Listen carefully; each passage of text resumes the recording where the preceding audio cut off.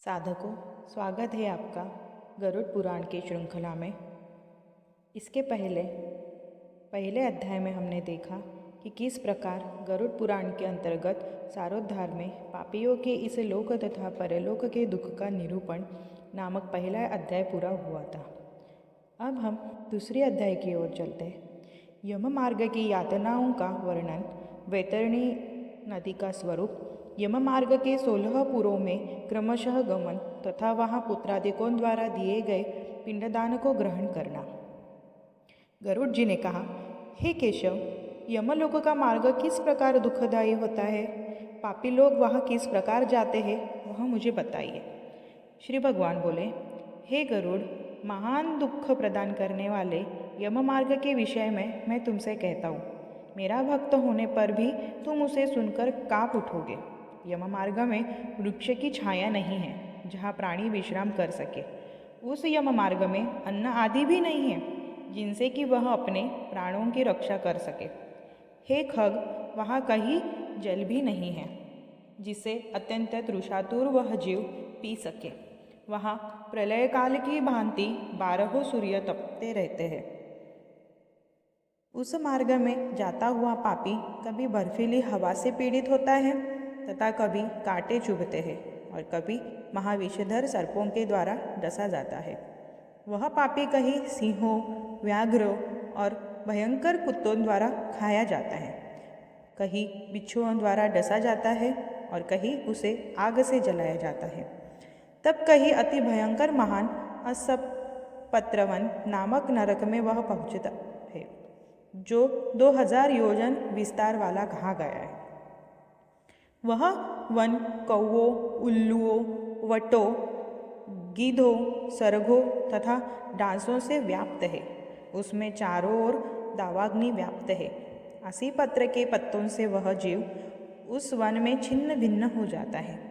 कहीं अंधे कुएं में गिरता है, कहीं विकट पर्वत से गिरता है, कहीं छुरे की धार पर चलता है तो कहीं कीलों के ऊपर चलता है, कहीं घने अंधकार में गिरता है, कहीं उग्र भय उत्पन्न करने वाले जल में गिरता है, कहीं जोकों से भरे हुए कीचड़ में गिरता है तो कहीं जलते हुए कीचड़ में गिरता है, कहीं तपी हुई बालुका से व्याप्त और कहीं धधकते हुए ताम्रमय मार्ग, कहीं अंगार की राशि और कहीं अत्यधिक धुएं से भरे हुए मार्ग पर उसे चलना पड़ता है। कहीं अंगार की वृष्टि होती है, कहीं बिजली गिरने के साथ शिलावृष्टि होती है, कहीं रक्त की, कहीं शस्त्र की और कहीं गर्म जल की वृष्टि होती है, कहीं खारे कीचड़ की वृष्टि होती है। मार्ग में कहीं गहरी खाई है, कहीं पर्वत शिखरों की चढ़ाई है और कहीं कंदराओं में प्रवेश करना पड़ता है। वहाँ मार्ग में कहीं घना अंधकार है तो कहीं दुख से चढ़ी जाने योग्य शिलाएं हैं, कहीं मवाद, रक्त तथा विष्ठा से भरे हुए तालाब है। यम मार्ग के बीचों बीच अत्यंत उग्र और घोर वैतरणी नदी बहती है। वह देखने पर दुखदायिनी हो तो क्या आश्चर्य, उसकी वार्ता ही भय पैदा करने वाली है। वह 100 योजन चौड़ी है। उसमें पीब, मवाद और रक्त बहते हैं। हड्डियों के समूह से तट बने हैं, अर्थात उसके तट पर हड्डियों का ढेर लगा रहता है। मांस और रक्त के कीचड़ वाली वह नदी दुख से पार की जाने वाली है। अतः गहरी और पापियों के द्वारा दुखपूर्वक पार की जाने वाली वह नदी केश रूपे सेवार से भरी होने के कारण दुर्गम है। वह विशालकाय ग्राहों, घड़ियालों से व्याप्त है और सैकड़ों प्रकार के घोर पक्षियों से आवृत है। हे गरुड़, आए हुए पापी को देखकर वह नदी ज्वाला और धूम से भरकर कड़ाह में रखे घृत की भांति खौलने लगती है। वह नदी सुई के समान मुख वाले भयानक कीड़ों से चारों ओर व्याप्त है। वज्र के समान चोंचे वाले बड़े बड़े गीध एवं कौवों से घिरी हुई है। वह नदी शिशुमार, मगर, जोंक, मछली, कछुए तथा अन्य मांसभक्षी जलचर जीवों से भरी पड़ी है। उसके प्रवाह में गिरे हुए बहुत से पापी रोते चिल्लाते हैं और हे भाई, हाँ पुत्र, हाँ तात, इस प्रकार कहते हुए बार बार विलाप करते हैं। भूख और प्यास से व्याकुल होकर पापी जीव रक्त का पान करते हैं। वह नदी झागपूर्ण रक्त के प्रवाह से व्याप्त, महाघोर, अत्यंत गर्जना करने वाली, देखने में दुख पैदा करने वाली तथा भयावह है। उसके दर्शन मात्र से पापी चेतना शून्य हो जाते हैं। बहुत से बिच्छू तथा काल सर्पों से व्याप्त उस नदी के बीच में गिरे हुए पापियों की रक्षा करने वाला कोई नहीं है। उसके सैकड़ों हजारों भंवरों में पड़कर पापी पाताल में चले जाते, क्षण भर पाताल में रहते और एक क्षण में ही ऊपर चले आते। हे खग, वह नदी पापियों के गिरने के लिए ही बनाई गई है। उसका पार नहीं दिखता। वह अत्यंत दुखपूर्वक तरने योग्य तथा बहुत दुख देने वाली है। इस प्रकार बहुत प्रकार के क्लेशों से व्याप्त अत्यंत दुखप्रद यम मार्ग में राते चिल्लाते हुए दुखी पापी जाते हैं। कुछ पापी पाश से बंधे होते हैं, कुछ अंकुश में फंसाकर खींचे जाते हैं और कुछ शस्त्र के अग्रभाग से पीठ में छेदते हुए ले जाते हैं। कुछ नाग के अग्रभाग में लगे हुए पाश से और कुछ कान में लगे हुए पाश से खींचे जाते हैं। कुछ काल पाश से खींचे जाते हैं और कुछ कौवे से खींचे जाते हैं। हे पापी गर्दन, हाथ तथा पैर में जंजीर से बंधे हुए तथा अपनी पीठ पर लोहे के भार को ढोते हुए मार्ग पर चलते, अत्यंत घोर यमदूतों के द्वारा मुदगरों से पीटे जाते हुए वे मुख से रक्त वमन करते हुए तथा वमन किए हुए रक्त को पुनः पीते हुए जाते हैं। उस समय अपने दुष्कर्मों को सोचते हुए प्राणी अत्यंत ग्लानि का अनुभव करते हैं और अतीव दुखी होकर यमलोक को जाते हैं। इस प्रकार यम मार्ग में जाता हुआ वह मंदबुद्धि प्राणी हाँ पुत्र, हाँ पौत्र, इस प्रकार पुत्र और पौत्रों को पुकारते हुए हाय हाय इस प्रकार विलाप करते हुए पश्चाताप की ज्वाला से जलता रहता है। वह विचार करता है कि महान पुण्य के संबंध से मनुष्य जन्म प्राप्त होता है। उसे प्राप्त कर भी मैंने धर्माचरण नहीं किया। यह मैंने क्या किया? मैंने दान दिया नहीं, अग्नि में हवन किया नहीं, तपस्या की नहीं, देवताओं की भी पूजा की नहीं, विधि विधान से तीर्थ सेवा की नहीं। अतः हे जीव, जो तुमने किया है उसी का फल भोगो।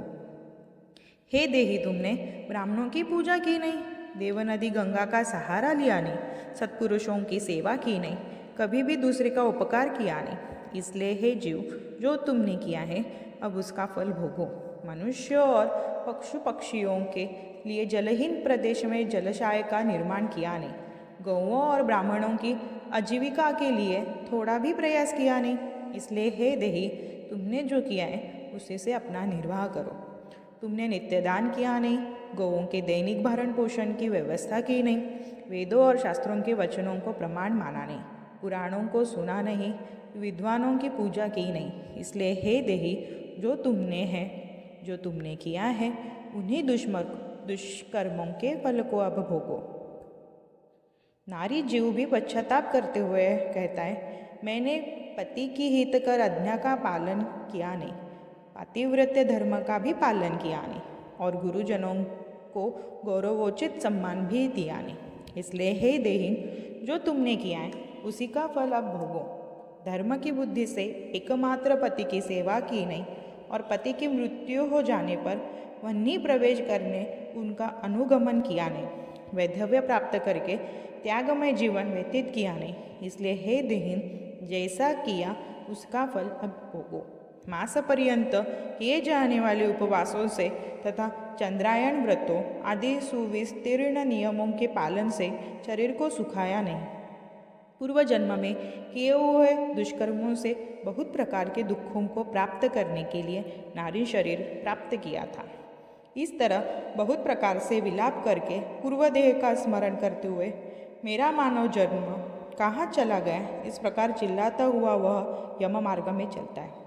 हे तार्क्ष, इस प्रकार 17 दिन तक अकेले वायु वेग से चलते हुए 18वें दिन वह प्रेत सौम्यपुर में जाता है।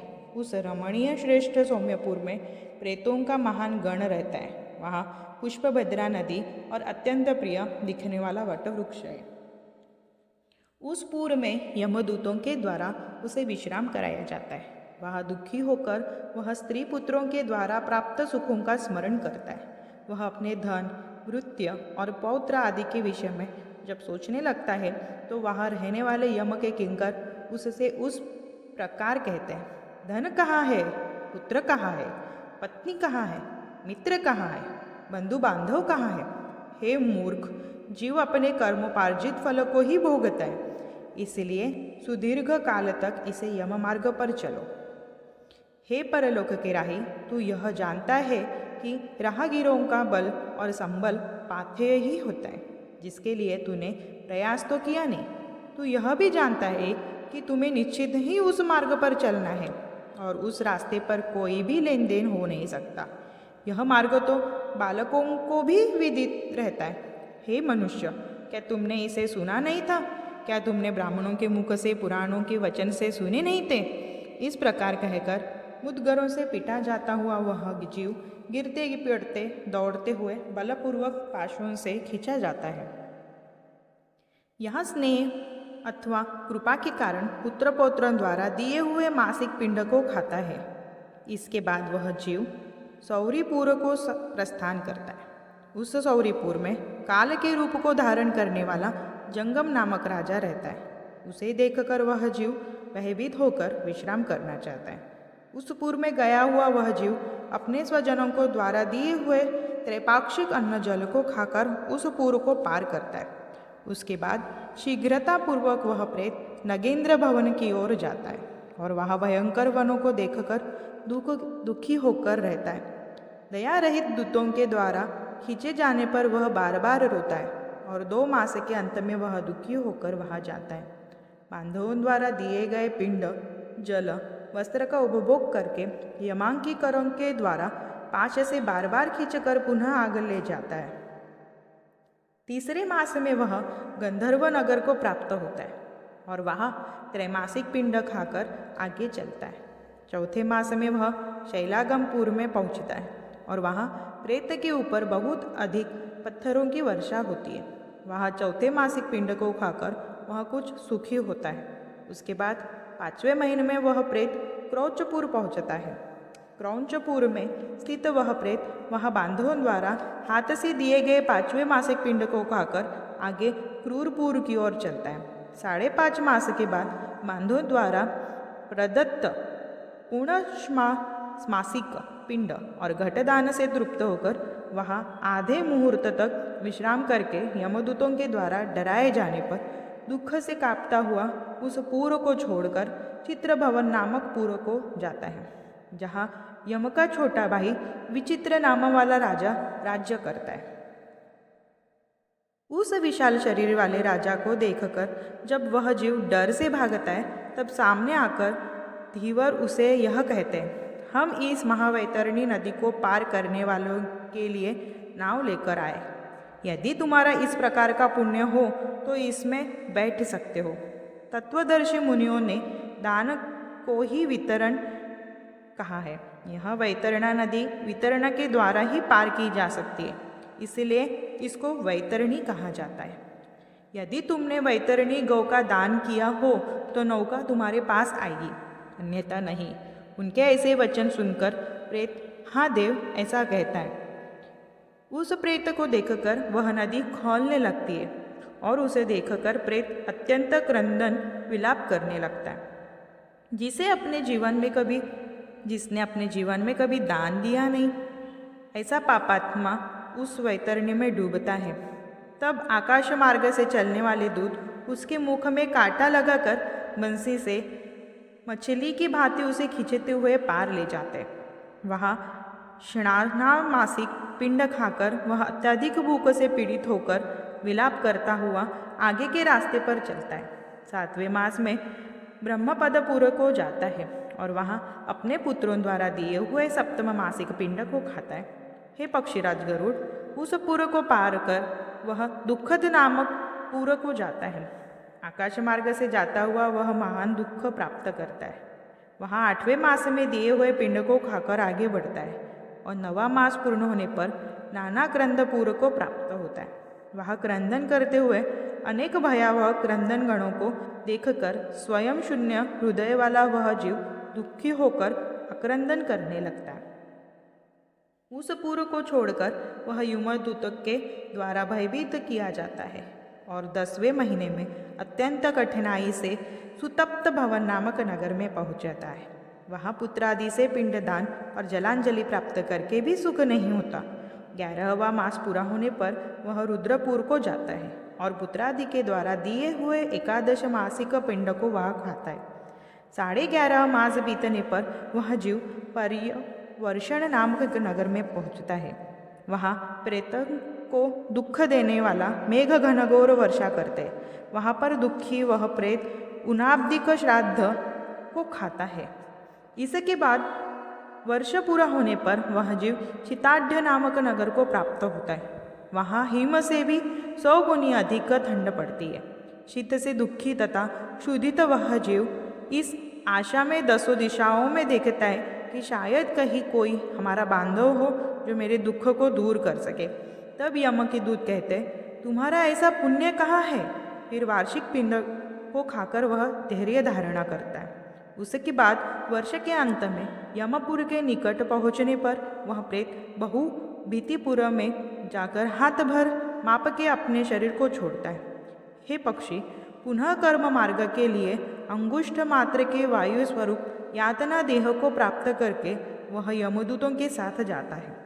हे कश्यपात्मज, जिन्होंने अर्ध्वदेहिक मरणाकालिक दान दिए नहीं, वे यमदूतों के द्वारा दृढ़ बंधनों से बंधे हुए अत्यंत कष्ट से यमपुर को जाते हैं। हे आकाशगामी, धर्मपुर राज्य में 4 द्वार है, जिनमें से दक्षिण द्वार के मार्ग का तुमसे वर्णन कर दिया। इस महान भयंकर मार्ग में भूख, प्यास और श्रम से दुखी जीव जिस प्रकार जाते हैं वह सब मैंने बतला दिया। अब और क्या सुनना चाहते हो? इस प्रकार गरुड़ पुराण के अंतर्गत सारोद्धार में यम मार्ग निरूपण नामक दूसरा अध्याय पूरा हुआ।